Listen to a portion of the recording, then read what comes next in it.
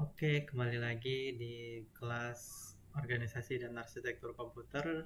Di pertemuan kali ini kita akan bahas tentang eh, paralel prosesor ya. Tentang paralel processor system atau tentang parallel processing. Nah, secara tradisional komputer itu bisa kita lihat sebagai mesin yang bekerja secara sekuensial. Sekuensial berarti dia berurutan. Berarti dari satu, kedua, ketiga, keempat, dan seterusnya.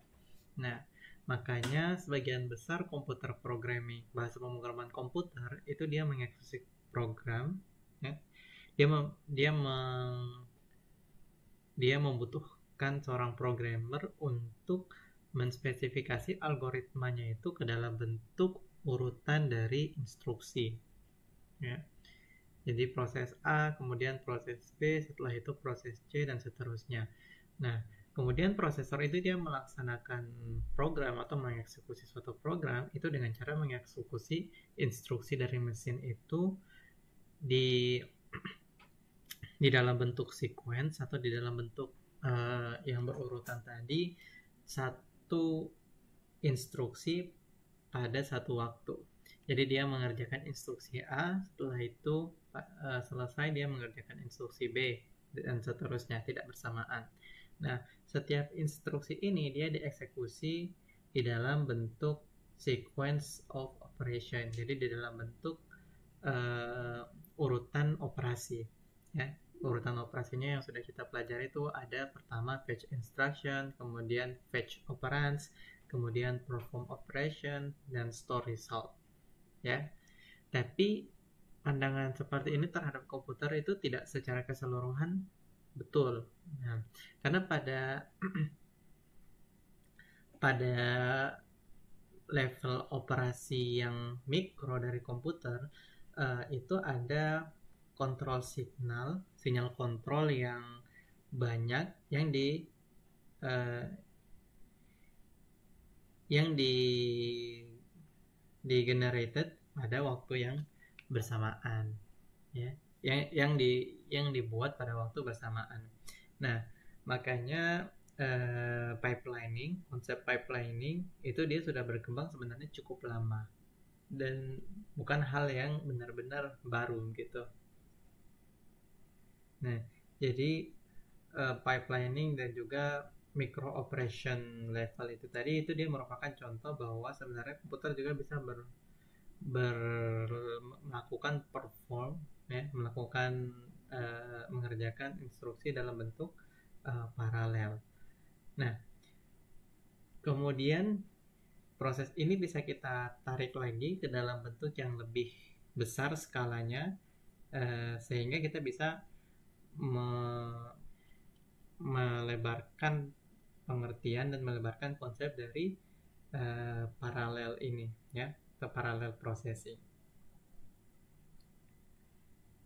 Nah, jadi dengan kita mengembangkan konsep ini ke dalam skala mesin yang lebih besar, maka akan ada banyak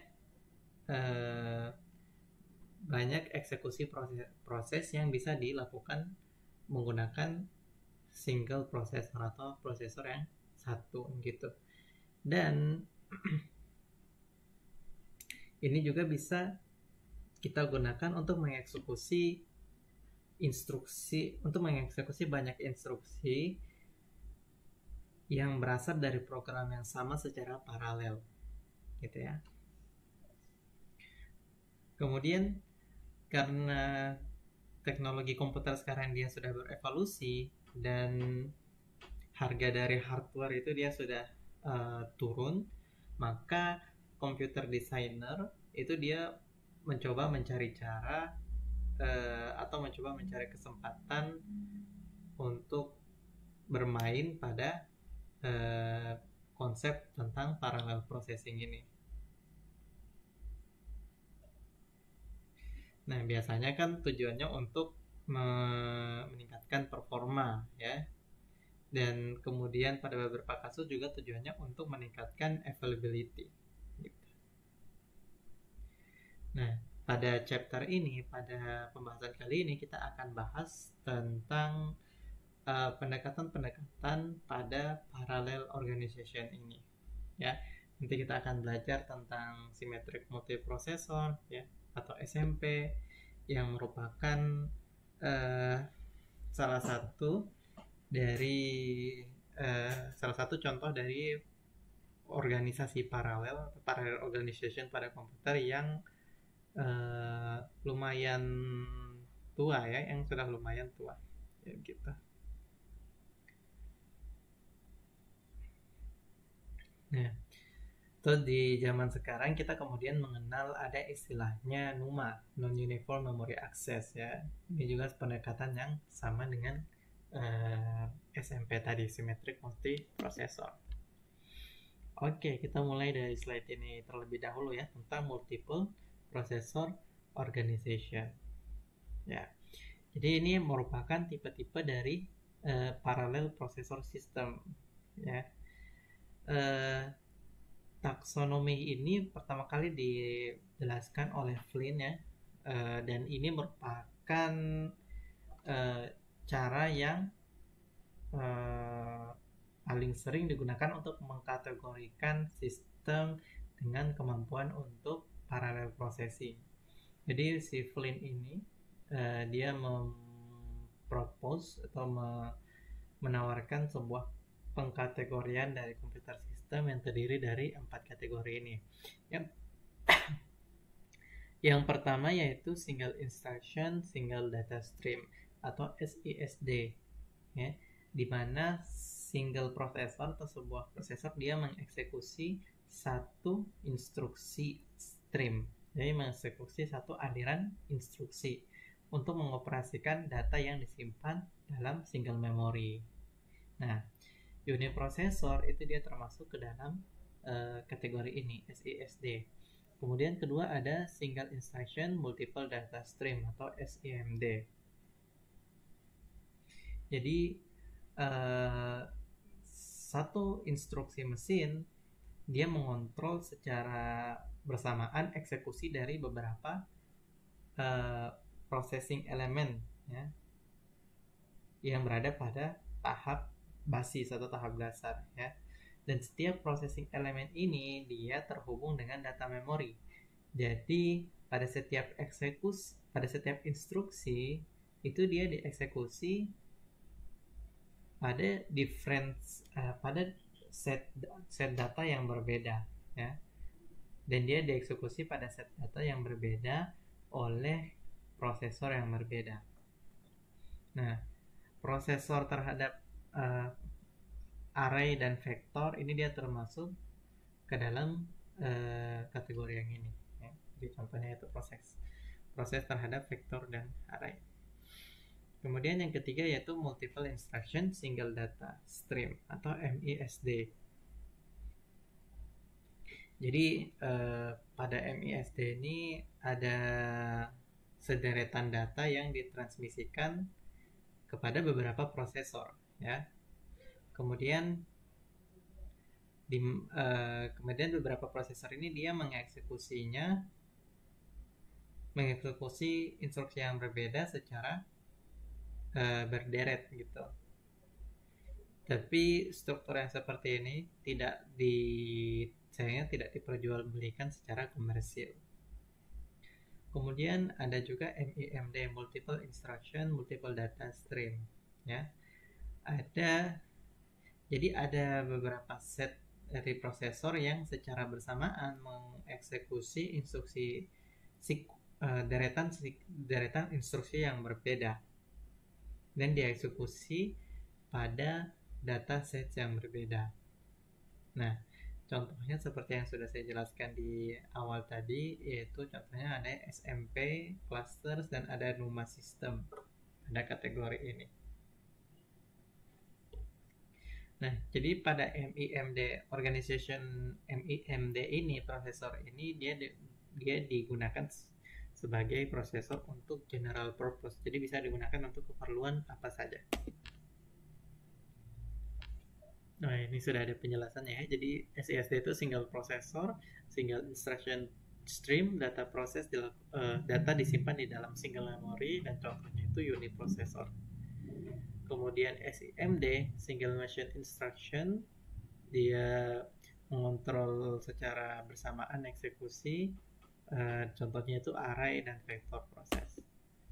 Kemudian MISD juga dia tidak diperjualkan, tidak diimplementasikan secara komersil gitu, secara besar, dan tidak dimiliki oleh orang umum gitu. Kemudian ada MIMD juga. Nah, jadi taksonominya kurang lebih ditunjukkan pada gambar berikut ini.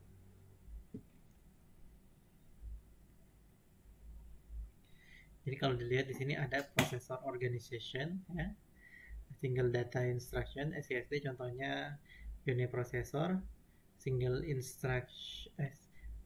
instruction multiple data stream (SIMD), vector processor, array processor. MISD ya tidak diimplementasikan.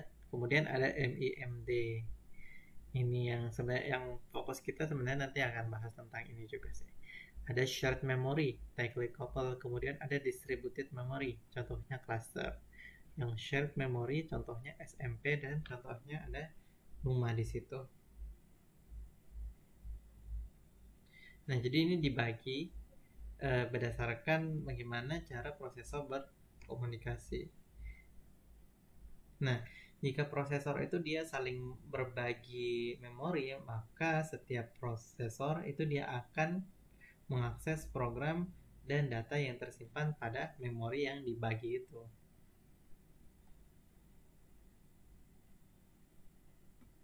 Nah, jadi sistem yang sederhana mungkin yang akan kita bahas yaitu dan ini juga lumayan terkenal, yaitu Symmetric Multiprocessor System atau SMP di sini. Ya. Jadi pada SMP ini banyak prosesor, ya, multiple prosesor itu dia saling berbagi single memory atau dibilang pool of memory, atau secara garis besar juga berarti bahwa dia saling berbagi bus atau interconnection mekanisme yang lain.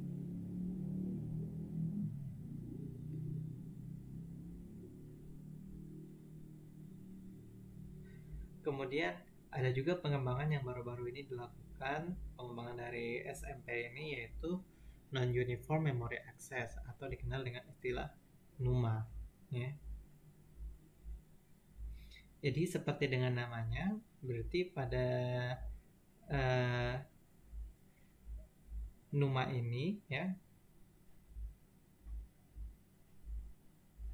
memory access time, memori itu dia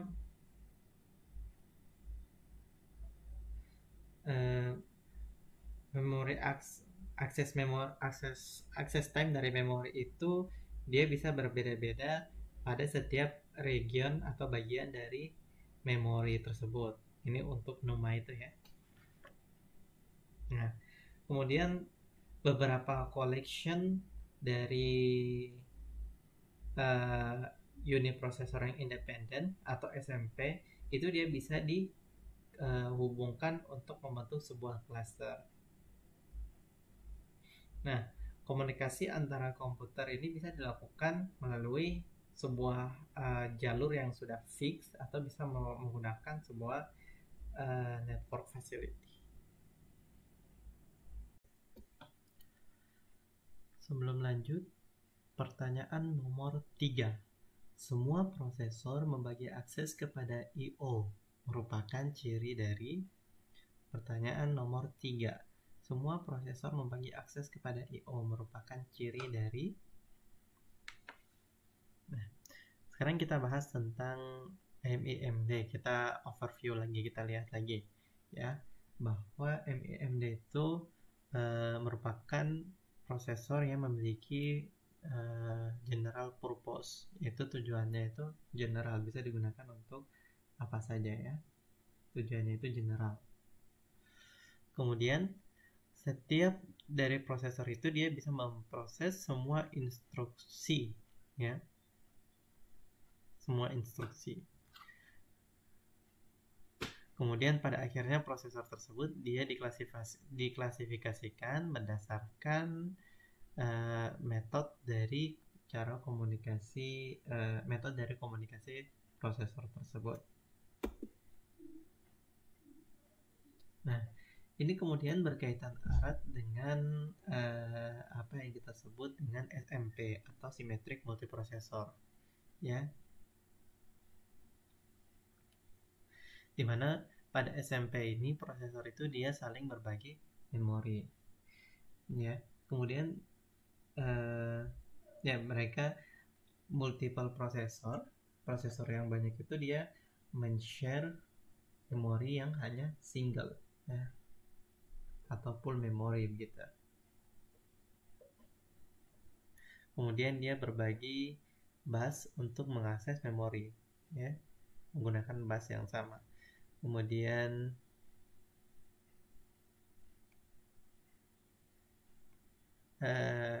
waktu untuk mengakses area tertentu dari memori itu kurang lebih sama untuk setiap prosesor. Nah, kemudian NUMA, Non-Uniform Memory Access ya, waktu untuk mengakses bagian-bagian yang berbeda dari memori itu bisa saja waktunya itu berbeda antara setiap prosesor. Kemudian ada juga cluster ya. Cluster ini merupakan kumpulan dari uniprosesor yang independen atau SMP yang saling terkoneksi gitu.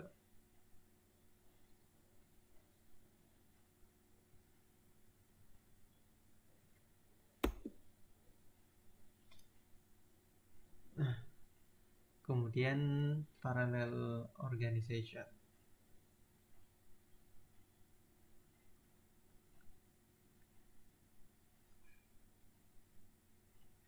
Nah, gambar ini merupakan ilustrasi dari SISD ya. Di sini ada control unit ya, yang menyediakan instruksi kepada instruction stream ya, yang menyediakan instruksi berupa instruction stream ya. Jadi dia mengeluarkan IS ini instruction stream yang dikirimkan ke PU atau processing unit. Nah, PU atau processing unit ini kemudian dia beroperasi pada single data stream dari memory unit.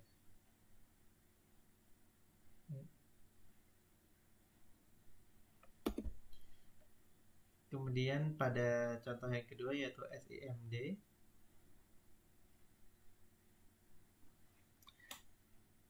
Pada SIMD ini tetap yang sama itu hanya ada satu control unit, dan pada SIMD ini satu control unit ini dia melakukan feeding single instruction stream kepada multiple PU ya, multiple processing unit ya. Jadi data instruction streamnya ini hanya single, kemudian dikirimkan kepada multiple processing unit. Nah, setiap processing unit ini dia bisa saja memiliki memori yang didedikasikan untuk PU tersebut, atau bisa saja ada memori yang di share.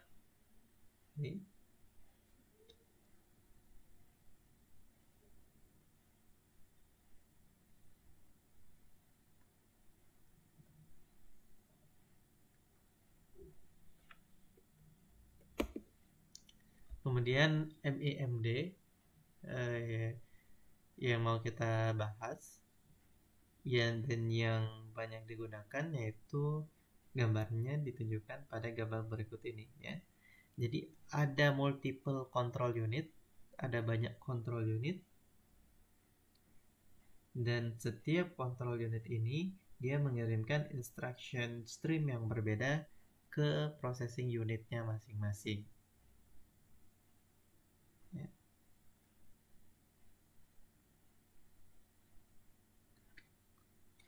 Nah, MEMD ini bisa saja mereka melakukan share memory, ya. Atau bisa saja dia menggunakan distributed memory multi-computer.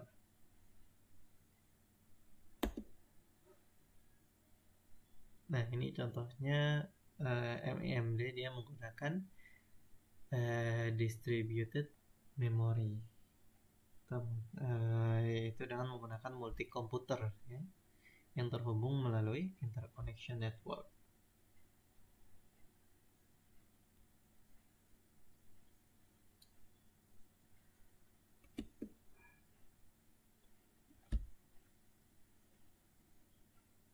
Nah, jadi kita bahas lebih rinci lagi terkait SMP atau symmetric multiprocessor ya.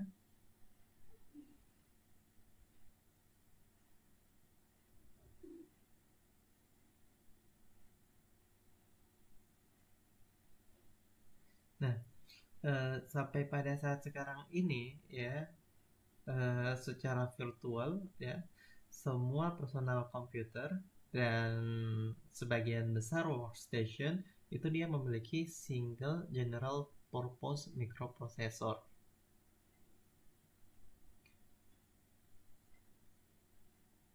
Nah, karena kebutuhan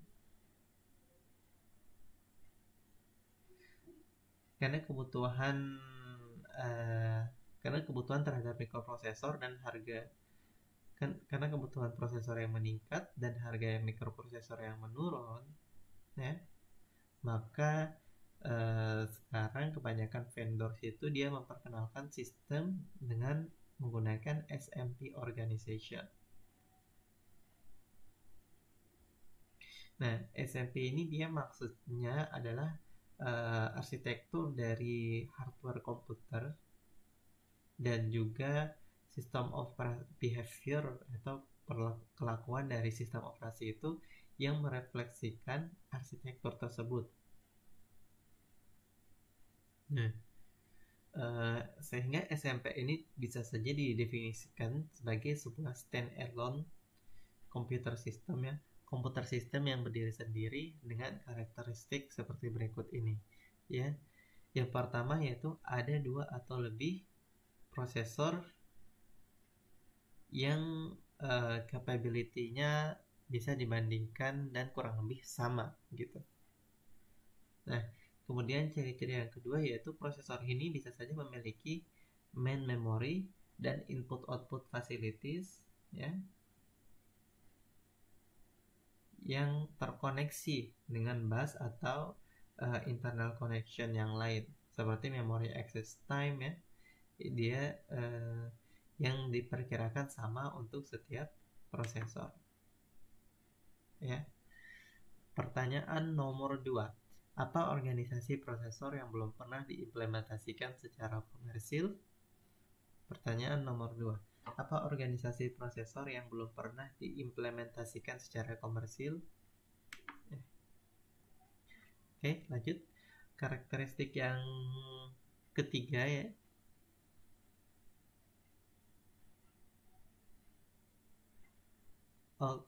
Karakteristik yang kalau di sini sudah yang ke-5 ya. Ya. Semua prosesor dia saling membagi akses kepada device I/O. Ya.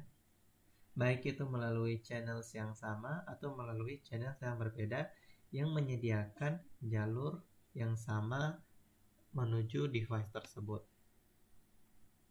Ya. Kemudian selanjutnya semua prosesor itu dia bisa melakukan fungsi yang sama. Nah, dia bisa melakukan fungsi yang sama. Makanya dibilang simetrik di sini ya.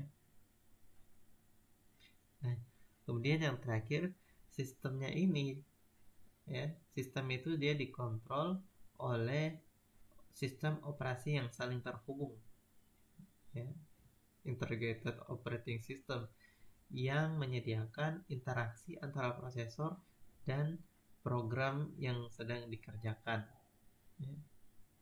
Tapi tidak hanya terhadap program, bisa juga terhadap task ya, tugasnya ya, kemudian terhadap file, kemudian terhadap data elemen.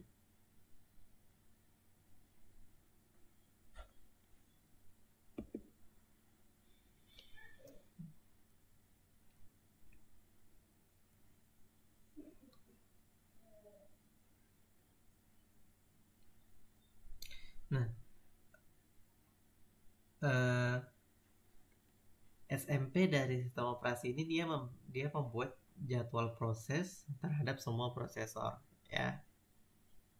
Ya, kemudian organisasi SMP ini dia bisa memiliki beberapa potensi kelebihan ya daripada menggunakan organisasi uniprosesor seperti berikut ini.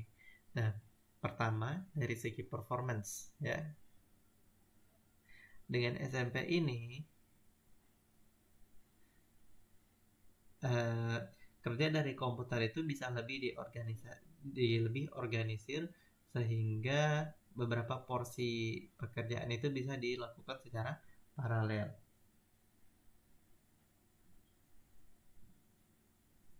Nah, dari sini kita bisa tahu bahwa komputer dengan multiple prosesor dia bisa memiliki performance yang lebih bagus daripada single prosesor yang dengan tipenya sama, gitu ya. Kemudian keuntungan yang kedua yaitu dari segi availability ya. Jadi pada symmetric multiprosesor, karena semua prosesor bisa melakukan fungsi yang sama ya, maka jika ada satu prosesor yang yang berhenti bekerja, maka dia tidak bisa membuat komputer atau mesin itu berhenti juga ya, melainkan sistemnya bisa melakukan fungsinya, melanjutkan lagi tugasnya, tapi dengan performance yang menurun gitu. Kemudian yang ketiga dari segi incremental growth ya. Jadi seorang user dia bisa mengenhance atau memperbaiki atau meningkatkan performance dari sistem dengan cara menambahkan prosesor tambahan. Kemudian yang keempat dari segi scaling ya. Jadi vendors dia bisa menawarkan produk dengan range harga yang berbeda dan dengan karakteristik yang berbeda berdasarkan jumlah prosesor yang akan dikonfigurasikan ke sistem. Ya. Pertanyaan nomor 4. Di antara cluster dan SMP, manakah yang lebih baik untuk availability? Pertanyaan nomor 4. Di antara cluster dan SMP, manakah yang lebih baik untuk availability? Nah, ini adalah blok diagram dari tightly coupled multiprosesor ya.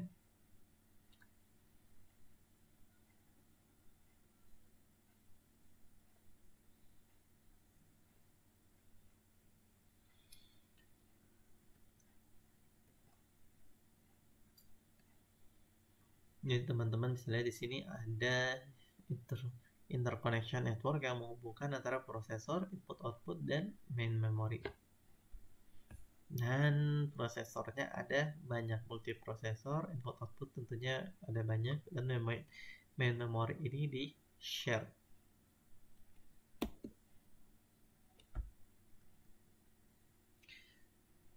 Organization classification interconnection, ya. Ada time shared atau common bus, ada multi-port memory, kemudian ada central control unit. Ya, time shared bus.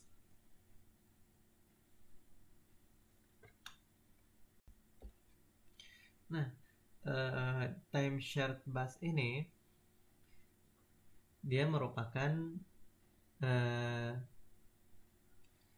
organisasi yang paling common, yang paling umum untuk personal computer, workstation, dan server.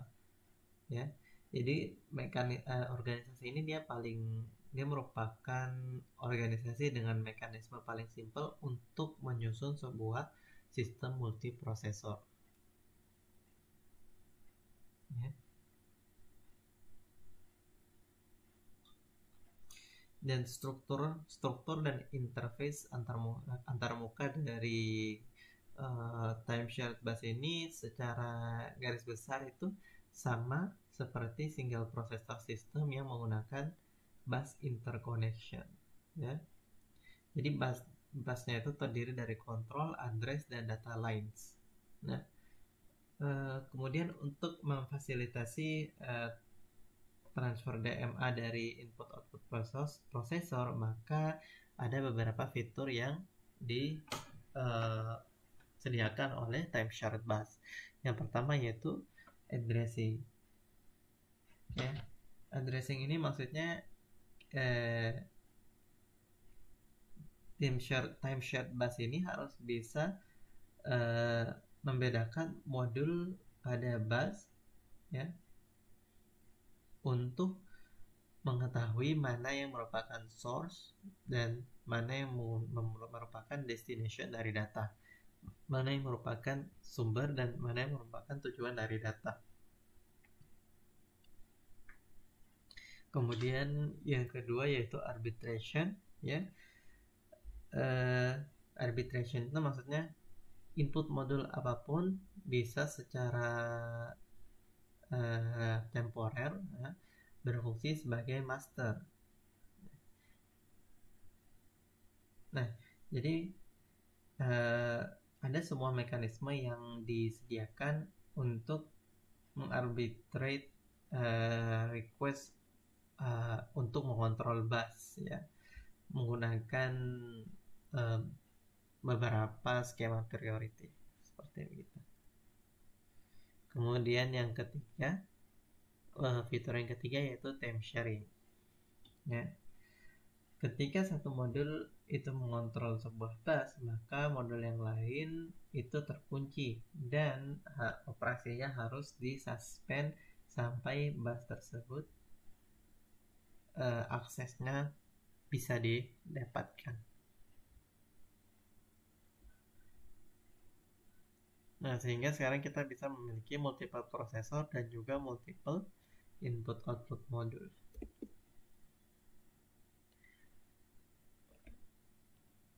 Nah, keuntungan time shared bus ada 3. Yang pertama simplicity, ya. Jadi time shared bus ini di sini ada. Ya. Jadi time shared bus ini dia merupakan pendekatan yang paling simple untuk multiprocessor organization, untuk organisasi multiprosesor. Jadi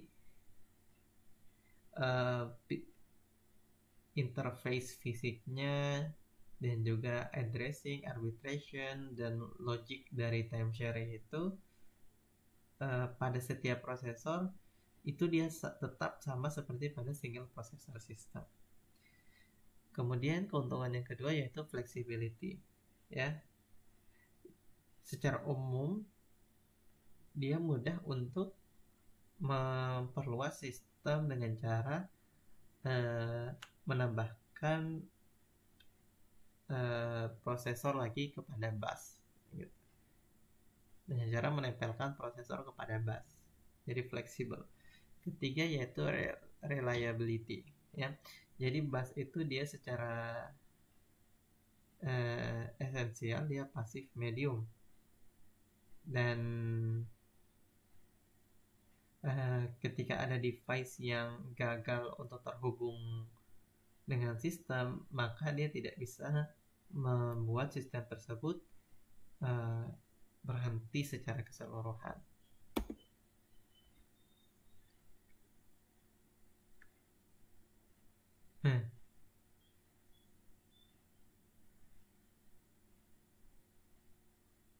Kemudian ada beberapa kelemahan dari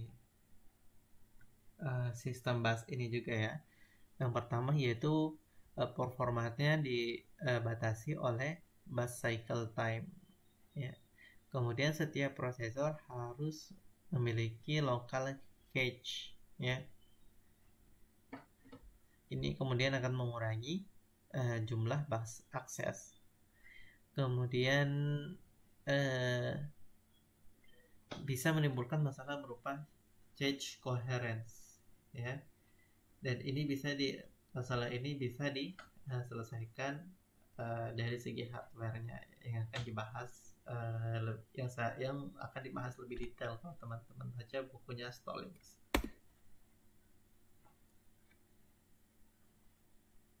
Kemudian ada multi-port memory.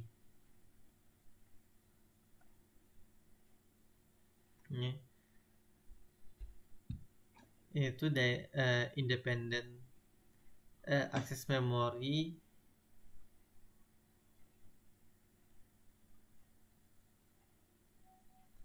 jadi setiap prosesor itu memiliki akses yang independen terhadap memori modul pada memori, ya. Dan dibutuhkan operasi logik untuk menyelesaikan konflik dan tidak memiliki modifikasi terhadap prosesor tersebut. Nah, ini keuntungan dan kelemahan dari multi-port memory.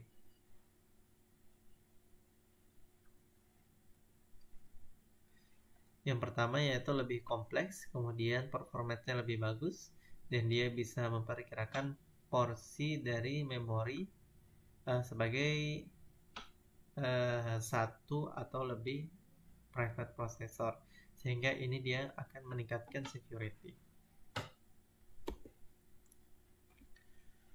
Kemudian central control unit, ya.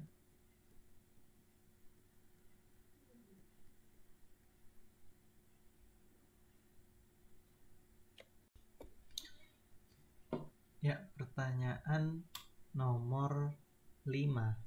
Kapan NUMA memiliki perform yang lebih baik dari SMP? Pertanyaan nomor 5. Kapan NUMA memiliki perform yang lebih baik dari SMP? Dan ini bagian tentang central control unit. Kemudian ada permasalahan dari segi sistem operasi, ya. Ada scheduling, synchronization, memory management, dan lain-lain. Nah, ini contoh mainframe SMP dari komputer IBM S390. Kita bisa lihat di sini ada penggunaan memory card, ya. Ada 4 memory card, kemudian terhubung dengan bus, ya, yang kemudian saling terhubung dengan L2 dan terhubung dengan processing unit. Nah, jadi ini detail dari komponen-komponen pada komputer IBM S390, ya. Processing unitnya menggunakan CISC microprocessor, ya. Kemudian sering menggunakan instruction yang hardwired dan 64K L1 Unified Cache dengan 1 cycle access time. Menggunakan BSN juga, Bus Switching Network Adapter, dan memory card dengan 8GB per card. Nah, selanjutnya cache coherence dan Messi protocol, ya.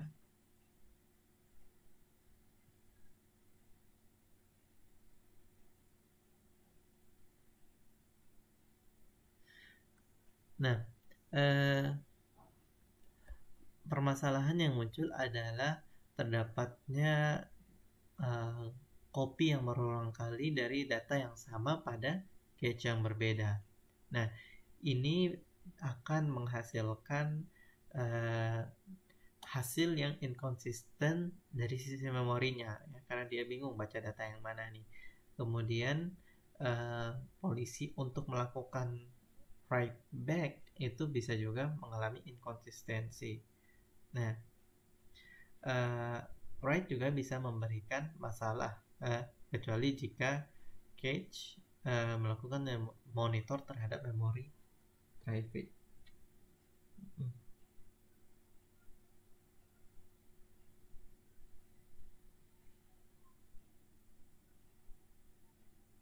Jadi pada multiprosesor sistem yang sekarang ini yang terbaru, ya, itu biasanya di customize untuk memiliki satu atau dua level cache yang terhubung dengan setiap prosesor. Nah, organisasi ini dia bisa mencapai tujuan utamanya untuk memiliki performance yang cukup lah. Nah, tapi ini bisa menimbulkan permasalahan yang dikenal dengan masalah ini, ya. Cache coherence problem, ya.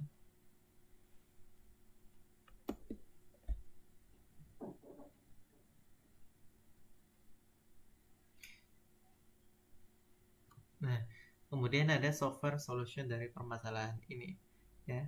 Pertama, software cache coherence SIMS ini dia mencoba untuk menghindari kebutuhan untuk melakukan hardware circuitry tambahan, ya.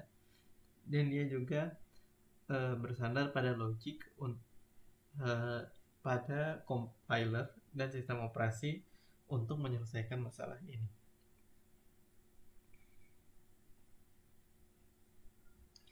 Nah, pendekatan software ini dia cukup menarik, ya,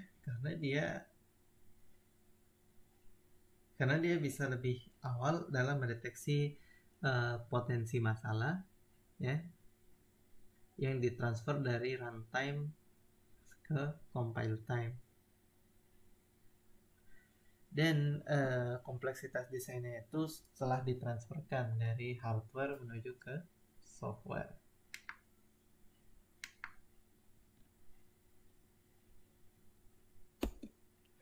Kemudian ada solusi dari segi hardware-nya juga, ya. Nah, hardware solution ini secara garis besar dikenal dengan istilah cache coherence protocol, ya. Jadi solusi ini dia menyediakan pengenalan yang dinamik pada saat runtime terhadap potensi dari kondisi inkonsistensi tersebut, ya. Nah, karena masalahnya ini hanya pada bagaimana kita menyelesaikan problemnya ketika dia muncul, maka ini akan lebih efektif jika menggunakan cache, ya. Sehingga dia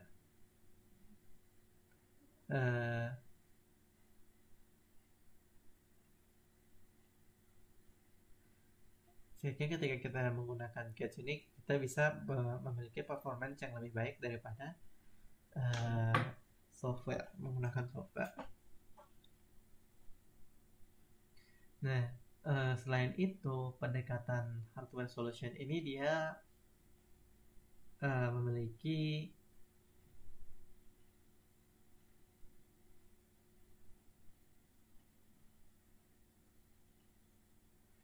dia lebih transparan kepada programmer dan compiler, sehingga dia bisa mengurangi beban pada development software.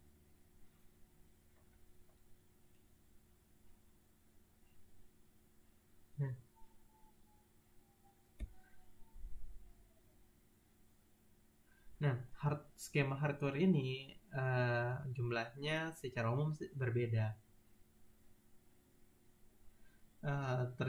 termasuk di mana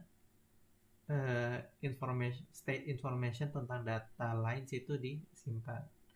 Kemudian bagaimana informasinya diorganize ya, kemudian di mana coherence-nya itu, dan kemudian bagaimana mekanisme enforcement. Nah, secara garis besar ya, skema hardware-nya ini bisa dibagi ke dalam dua kategori, yaitu Directory Protocols dan Snoopy Protocols. Nah, Directory Protocols ini dia mengumpulkan dan menyimpan informasi tentang di mana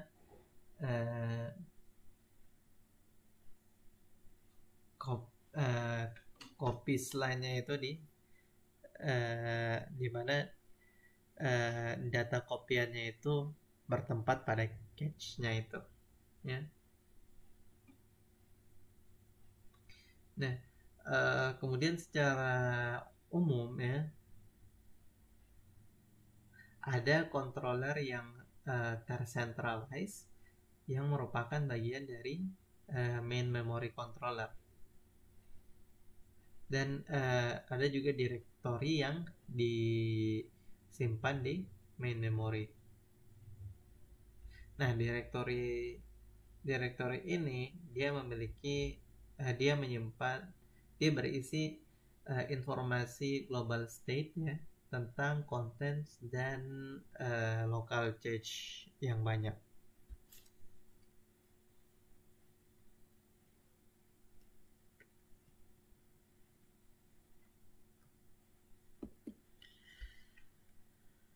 Kemudian yang kedua yaitu Snoopy Protocols ya.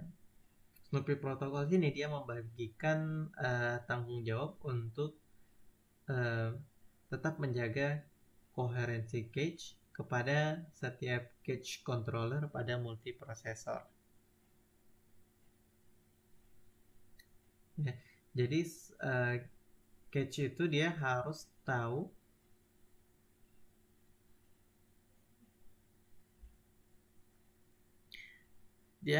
jika sebuah lane itu sedang di-share gitu. Dan kemudian ketika ada action yang dilakukan pada cache line, itu harus diumumkan kepada cache-cache yang lain dengan mekanisme broadcast ya.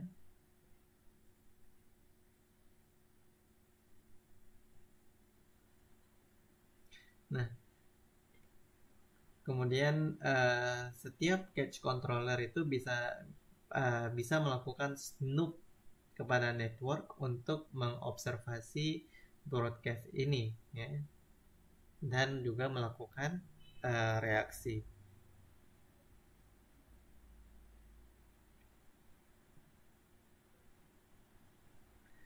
Nah, Snoopy Protocol ini dia secara ideal cocok untuk multiprosesor yang berbasis bus ya.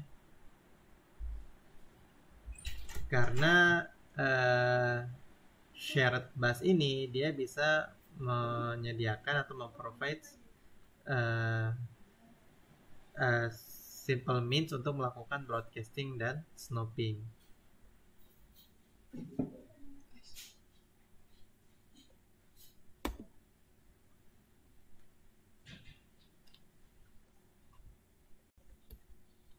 Nah, sampai sekarang ada dua pendekatan dasar pada Snoopy Protocol yang telah dieksplor ya. Yang pertama adalah write invalidate dan write update atau dikenal dengan write broadcast ya. Yang pertama dulu kita bahas itu write invalidate ya. Dengan protokol write invalidate maka ada multiple readers ya, ada multiple pembaca ya, dan ada hanya satu writer pada satu waktu ya. Jadi writer hanya boleh ada satu pada satu waktu. Nah, pada awalnya sebuah line itu bisa saja di-share pada beberapa cache untuk tujuan reading saja ya. Nah, ketika salah satu cache ingin melakukan write kepada line ya, maka pertama dia harus memberikan notice yang memvalidasi bahwa line ya yang memberikan notice kepada line dari cache yang lain untuk melakukan writing cache gitu. Nah, dan ketika line tersebut sudah eksklusif ya, prosesor tersebut bisa melakukan local writes ya, sampai prosesor yang lain melakukan request untuk menggunakan line yang sama. Nah, dengan write update protokol ya, ini dengan write invalidate protocol ini contohnya digunakan pada Pentium 2 dan PowerPC system ya. Dan kemudian state dari setiap line itu ditandai bisa dengan cara pertama tanda yaitu modified, exclusive ya, atau bisa juga shared atau invalid. Kemudian protokol yang kedua adalah write update protocol ya. Pada protokol ini bisa saja ada banyak penulis dan banyak pembaca. Jadi banyak writer dan banyak readers. Nah, ketika sebuah prosesor mau untuk mengupdate line yang sedang di-share, maka kata yang mau diupdate ini akan didistribusikan ke semuanya ya. Dan cache yang memiliki line ini akan mengupdate-nya. Ya. Nah, jadi dua pendekatan ini ya, write invalidate dan write update ya, tidak ada yang lebih ini bukan suatu pembanding-bandingan ya, karena ini tidak menunjukkan bahwa yang satu lebih superior dibandingkan yang lain ya. Jadi semuanya ini performanya ini semuanya bergantung pada jumlah local cache ya, dan pola bagaimana memori melakukan read dan write ya. Ada sistem yang mengimplementasikan protokol yang adaptif ya, yang bisa dimana dia bisa menggunakan keduanya, write invalidate dan write update mechanism. Jadi ini bukan tidak harus dibandingkan antara kedua ini.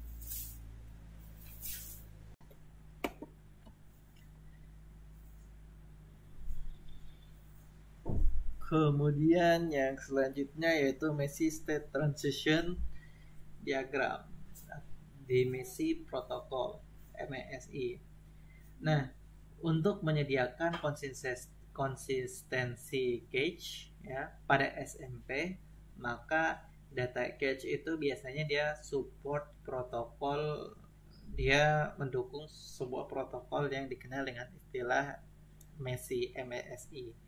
Nah, untuk Messi ya, data cache-nya ini dia termasuk 2 status bits per tag.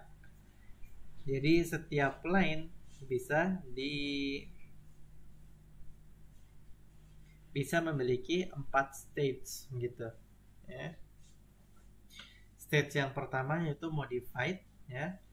Jadi line pada cache yang sudah dimodifikasi atau berbeda dari main memory itu dia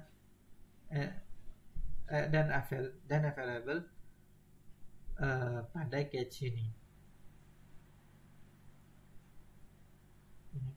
Jadi state yang pertama yaitu modified, maksudnya lain pada cache yang sudah dimodifikasi, dia available pada cache yang ini. Ya. Kemudian yang kedua, state yang kedua yaitu exclusive, yaitu lain pada cache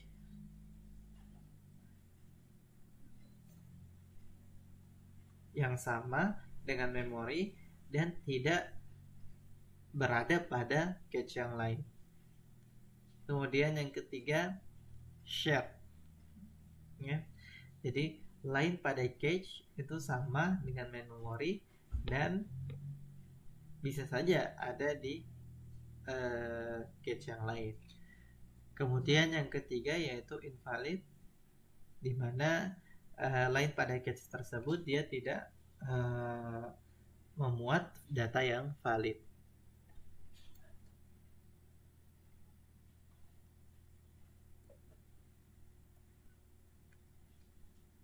Ya.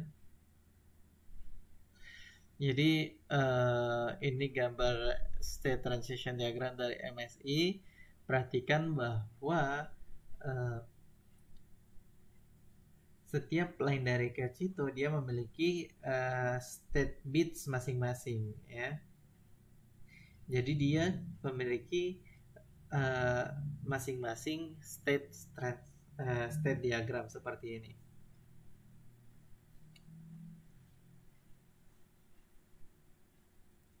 Ya, gambar A ini dia menunjukkan transisi yang muncul karena ada action yang diinisiasi oleh prosesor pada cache tersebut. Kemudian gambar B ini menunjukkan transisi yang muncul karena event yang di-snoop oleh common bus.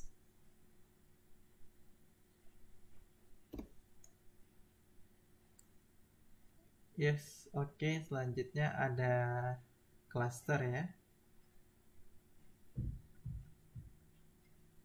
Tentang cluster. Cluster ini adalah alternatif dari SMP. Ya.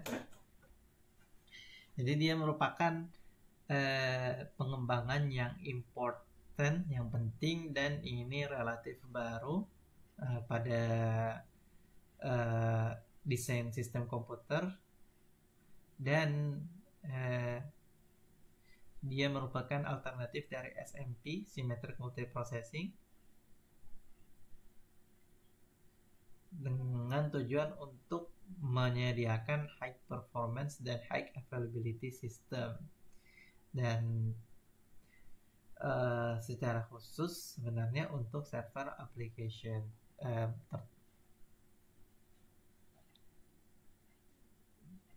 Nah, jadi pada cluster ini secara sederhana kita bisa definisikan, ya, ketika sebuah komputer itu dia saling terkoneksi. Jadi ini bisa didefinisikan sebagai sekumpulan interconnected atau group of interconnected gitu. Nah, jadi pada grup tersebut semua komputer dia bekerja sama untuk menyatukan resource dari komputer yang bisa membuat semacam ilusi bahwa mereka itu adalah satu sistem gitu.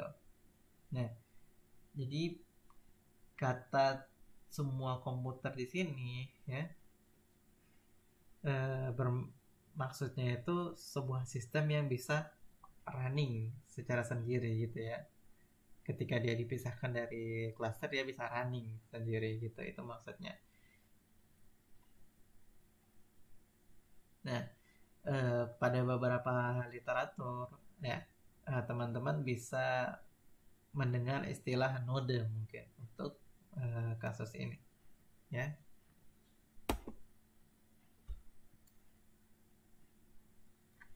Nah, ini ada beberapa keuntungan dari cluster. Pertanyaan nomor 1. Sebutkan contoh dari SIMD. Pertanyaan nomor 1. Sebutkan contoh dari SIMD. Ya, keuntungan pertama yaitu scalability yang absolute. Ya. Pada clustering ini dia memungkinkan untuk membuat cluster yang besar, ya, yang kemampuannya itu bisa melebihi mesin yang berdiri sendiri, gitu. Nah,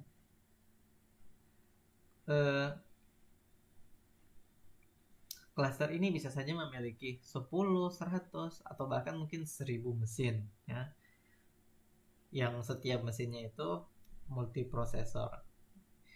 Kemudian keuntungan kedua yaitu meningkatkan scalability, ya. Jadi cluster ini dikonfigurasi sehingga dia bisa menambah sistem yang baru ke dalam cluster yang kecil.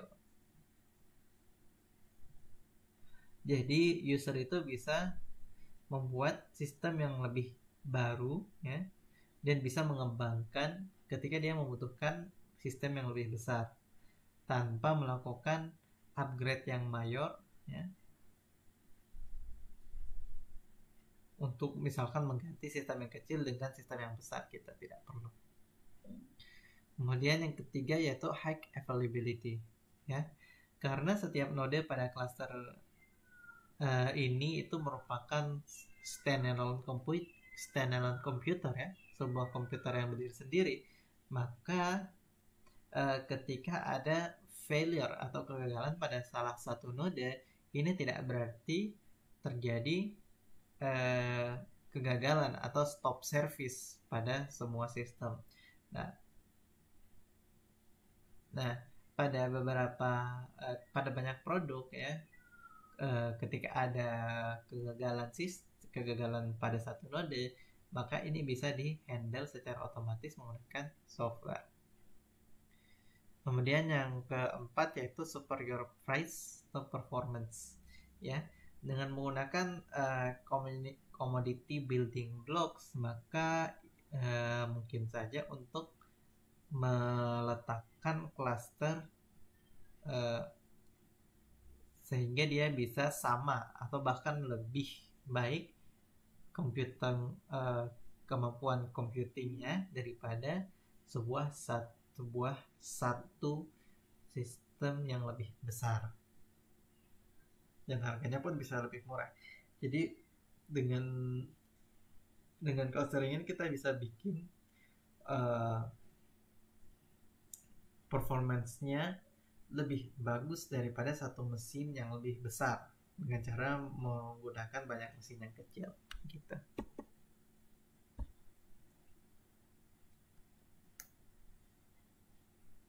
Ya. Ini merupakan gambar dari cluster configuration, ya. Jadi ini adalah standby server dan tidak memiliki shared disk, ya. Ada banyak cara untuk mengklasifikasikan cluster ini, ya. Tapi paling simpelnya itu klasifikasi atau konfigurasi berdasarkan apakah cluster ini memiliki akses kepada disk yang sama atau tidak.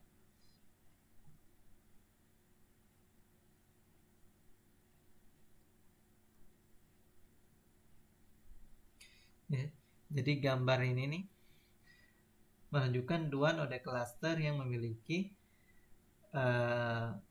yang interkoneksi, ya, dan memiliki link, ya, berupa high speed link yang bisa digunakan untuk bertukar pesan, ya, terkait dengan aktivitas dari cluster tersebut. Nah, link ini bisa saja merupakan LAN, ya, local area network, yang di-share dengan komputer yang lain yang bukan merupakan bagian dari cluster ini. Itu juga bisa didedikasikan untuk interconnection facility. Nah, pada kasus yang lain ya, satu atau lebih komputer pada cluster dia memiliki link kepada LAN atau WAN ya, Wide Area Network. Jadi ada koneksi antara server cluster dan remote client system.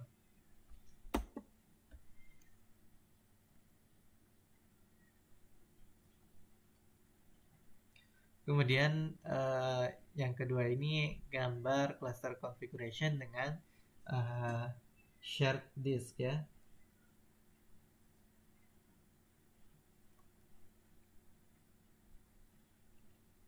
Jadi ini alternatif yang lain ya. Jadi pada shared disk ini secara umum itu masih ada pesan link antara node-node, antara komputer-komputer itu. Nah, dan yang menjadi tambahannya adalah ada disk subsystem yang secara langsung terhubung dengan komputer sistem pada klaster tersebut.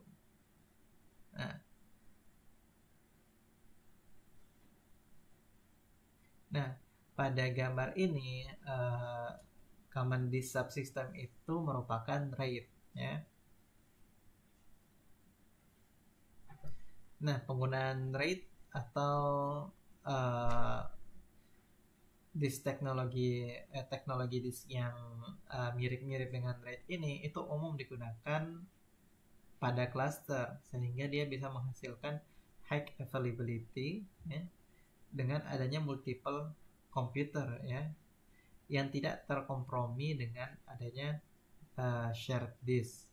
Jika misalkan ada salah satu node yang gagal.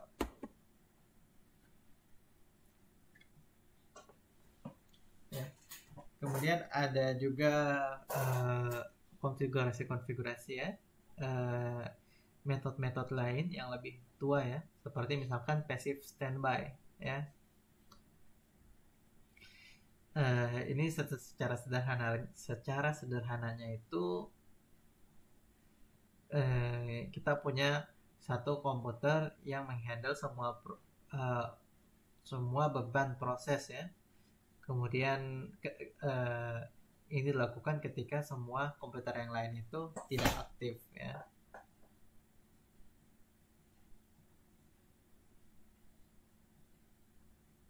Dan dia akan ketika ada error maka dia akan turun tangan untuk melakukan koordinasi terhadap mesin.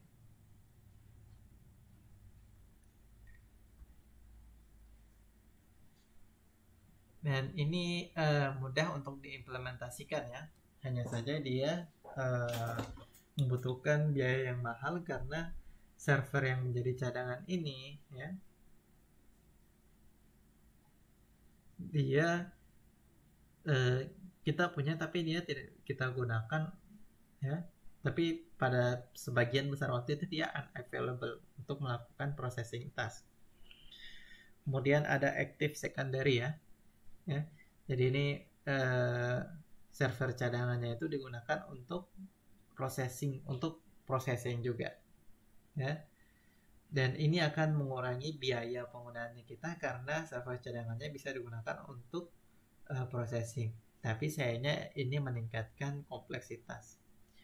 Kemudian ada separate servers ya, di mana server-server yang berbeda itu dia memiliki disk masing-masing dan datanya itu secara kontinu di copy dari primary dari server yang utama ke server yang cadangan. High availability-nya tinggi untuk metode ini, tapi networknya juga tinggi dan servernya juga bisa overhead ya, karena operasi untuk copy-mengcopy tadi itu. Kemudian selanjutnya server connected to disk ya. Jadi servernya itu dia merupakan kabel yang server itu dia terkoneksi kepada disk menggunakan kabel ya. Tapi setiap server dia memiliki disk masing-masing. Jika satu server gagal, maka disknya itu dia bisa diambil oleh server yang lain.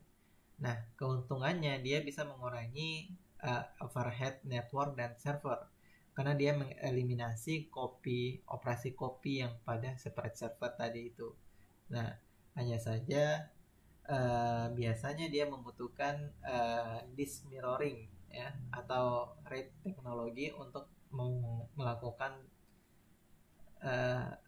menghandle ketika ada resiko disk failure. Kemudian server share disk ya. Jadi pada server share disk ini konfigurasinya multiple server itu dia secara bersamaan melakukan akses kepada disk ya.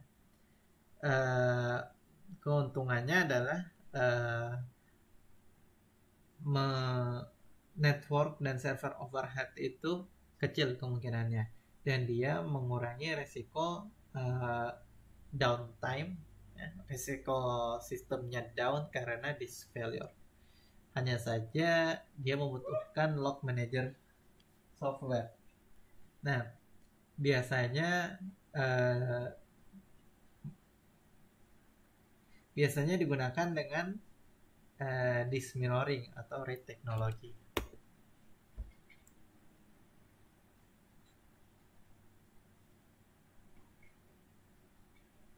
Nah,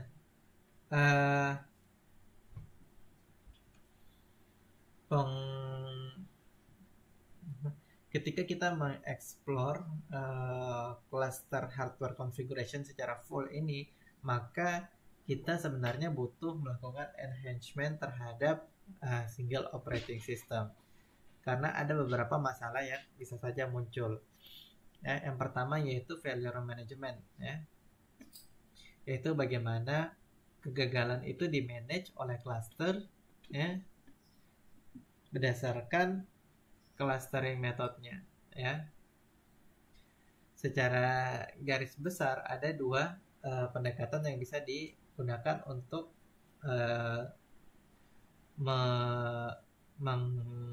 mengatasi failure ini ya. Yang pertama yaitu highly available cluster dan kedua yaitu fault tolerant cluster ya. High available cluster ini ya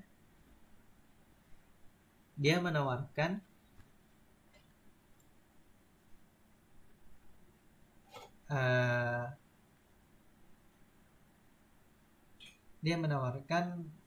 kemungkinan yang besar bahwa semua resource itu akan berada pada state service, akan aktif melayani ya. Jika kemudian ada failure yang muncul, maka sistem akan langsung downtime, langsung down ya, atau akan ada volume disk yang berkurang. Nah, maka query pada progress tersebut akan hilang. Jika ada query yang hilang dan ketika dikembalikan lagi query yang hilang tersebut, maka akan ada service dan maka service itu akan dilakukan oleh komputer yang berbeda pada cluster tersebut. Nah, bagaimanapun cluster operating system ini dia tidak menjamin bahwa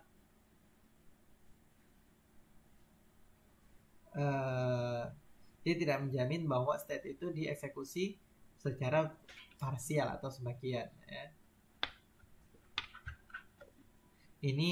Bagian ini akan dihandle pada level aplikasi.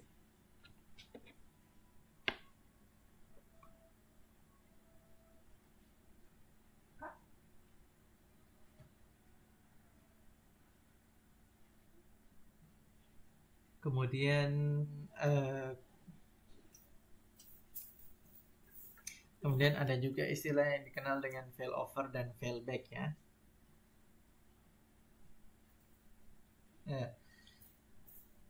Tadi kan ada dua ya. pendekatan untuk failure management ini yang pertama highly available kan, kemudian yang kedua fault tolerant cluster ya. Fault tolerant cluster ini dia memastikan bahwa semua resource itu selalu available ya.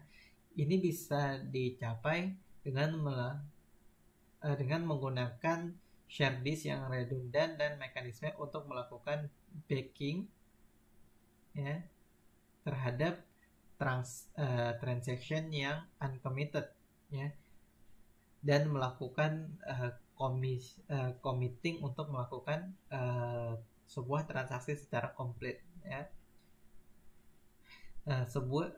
Dan fungsi untuk melakukan switching application dan data resource dari sistem yang failed ke sistem yang menjadi alternatifnya itu pada cluster itu dikenal dengan istilah failover.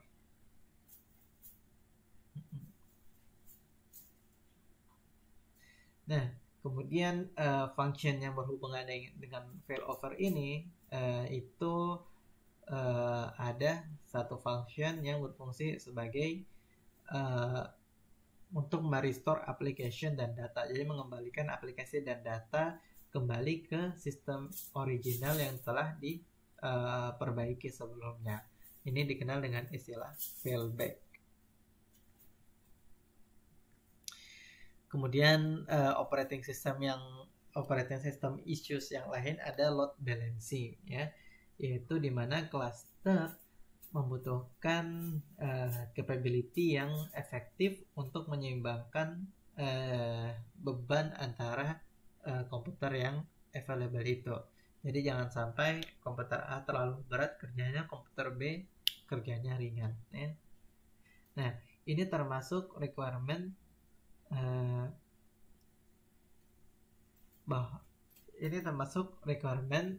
bahwa cluster itu harus incrementally scalable. Jadi bisa ditingkatkan secara increment. Nah, ketika ada komputer baru yang ditambahkan ke cluster, maka load balancing facility itu harus otomatis memasukkan komputer ini ke dalam aplikasi untuk scheduling. Ya.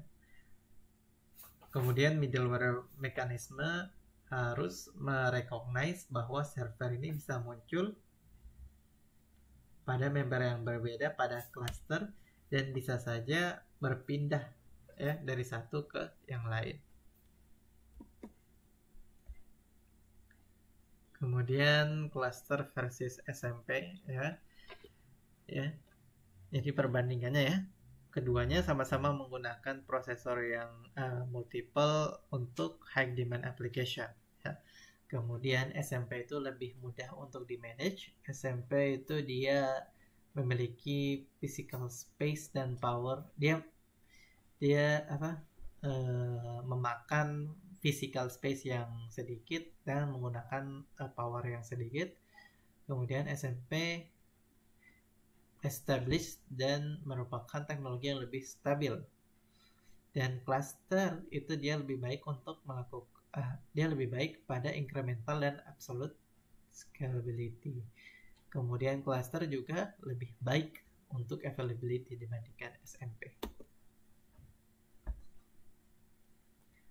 Ya, selanjutnya yaitu NUMA ya. Dan ini sepertinya bagian terakhir ya. Non-uniform memory access. Ya. Jadi sebelum masuk ke non-uniform, kita lihat dulu uniform memory access. Jadi pada uniform memory access ya, semua prosesor itu dia memiliki akses kepada setiap bagian dari memori. Dan access time itu kepada setiap bagian itu sama.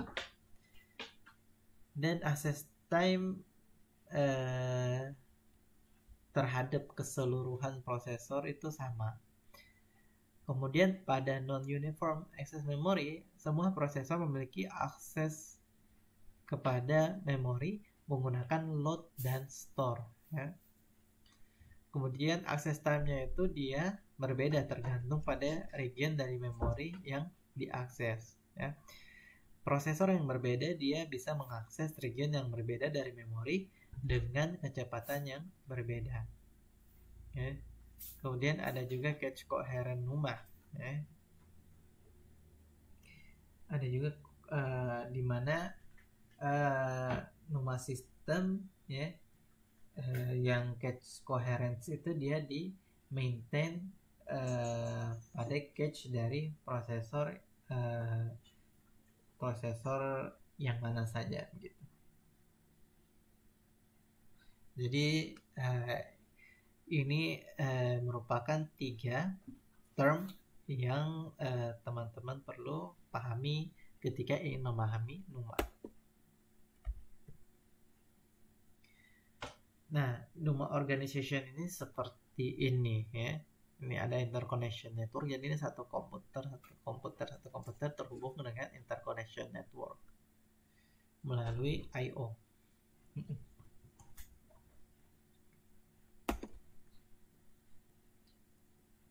Ya.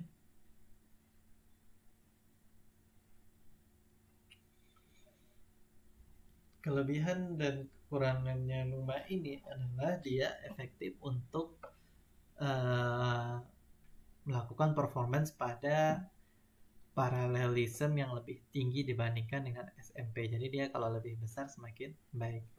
Dan dia tidak transparan seperti SMP. Dia membutuhkan perubahan software dan dia lebih available. Selanjutnya bisa teman-teman baca di buku Stalling chapter 16. Oke.